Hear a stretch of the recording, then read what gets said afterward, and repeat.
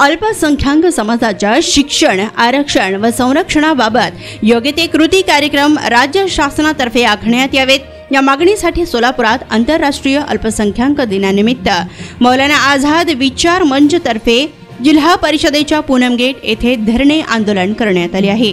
मुस्लिम समाजाच्या मागण्यांकडे देखील लक्ष वेधण्यात आले।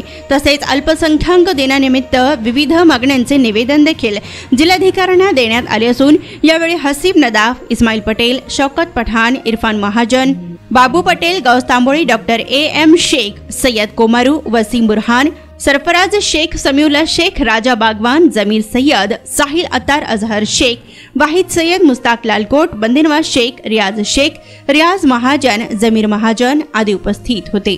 आज 18 डिसेंबर आंतरराष्ट्रीय पातळीवर अल्पसंख्याक दिवस साजरा करण्यात येतो।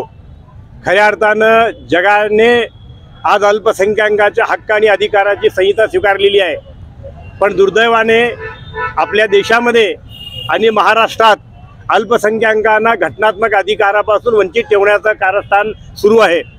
मुस्लिम समाजाच्या मोठ्या प्रमाणामध्ये मॉब लिंचिंग होताना दिसत आहेत। शिक्षणाचे प्रश्न आहेत, आरक्षणाचे प्रश्न आहेत।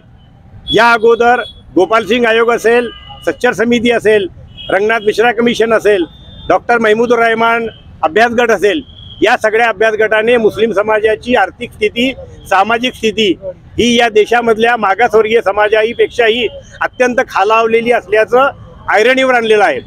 अशा परिस्थितीमध्ये गेल्या 10-20 वर्षाच्या काळामध्ये मुस्लिम समाजाचे खास करून शिक्षणाचे हक्क आणि अधिकार हिरावून घेण्याचं काम चालू आहे। 19 जुलै 2014 रोजी मराठा समाजाच्या सोबतच मुस्लिम समाजाला सुद्धा 5% आरक्षण देण्यात आलं, पण मराठा समाजाला आरक्षण देण्यासाठी मोठ्या प्रमाणावर आयोग, समित्या नेमले जात आहेत। आम्ही त्याचे स्वागत करतोय। मराठा समाजाला आरक्षण मिळालंच पाहिजे अशी मुस्लिम समाजाची भूमिका आहे, पण त्याचबरोबर अत्यंत मागास असलेल्या मुस्लिम समाजाचा काय हा खरा प्रश्न आहे।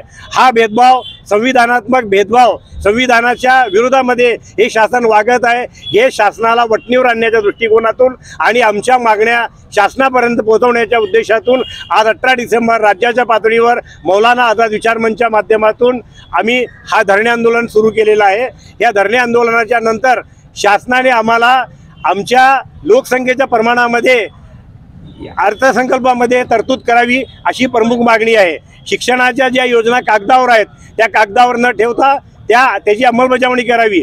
त्याचबरोबर 2005 आणि 2006 साली अल्पसंख्याकांसाठी 15 कलमी कार्यक्रम आखण्यात आला। त्याची कार्यक्रमाची आखणी जिल्ह्याच्या पातळीवर होताना दिसत नाही, तर ती जिल्ह्याच्या पातळीवर जिल्हाधिकाऱ्यांनी करावी अशी आमची आग्रहाची मागणी आहे। मुस्लिम समाजाचा उर्दू घर जो 2013 साठी सोलापूरसाठी मंजूर झाला, फक्त 8 कोटीचं ते बजेट आहे आणि ते 8 कोटीचं बजेट आणि ते कार्यान्वित करण्यासाठी 2023 सुद्धा 10 वर्ष झाले तो कुठल्याही कृती कार्यक्रम या शासनाकडून आखला जात नाही। त्वरित ते आपला जो उर्दू घर आहे तो सुरू करावी। त्याचबरोबर वक्फच्या प्रॉपर्टीचे मोठे प्रश्न महाराष्ट्र राज्यामध्ये आहेत, सोलापूर जिल्ह्यात सुद्धा मोठे प्रश्न आहेत। त्या वक्फच्या प्रॉपर्टीवर इन्क्रोचमेंट आहे, अतिक्रमण आहे, शासनाचं अतिक्रमण आहे। त्या शासनाने अतिक्रमण खाली करून तो मुस्लिम समाजाच्या शिक्षण आणि सामाजिक महिलांच्या वृत्तीसाठी ते करावं अशी आमची प्रमुख मागणी आहे।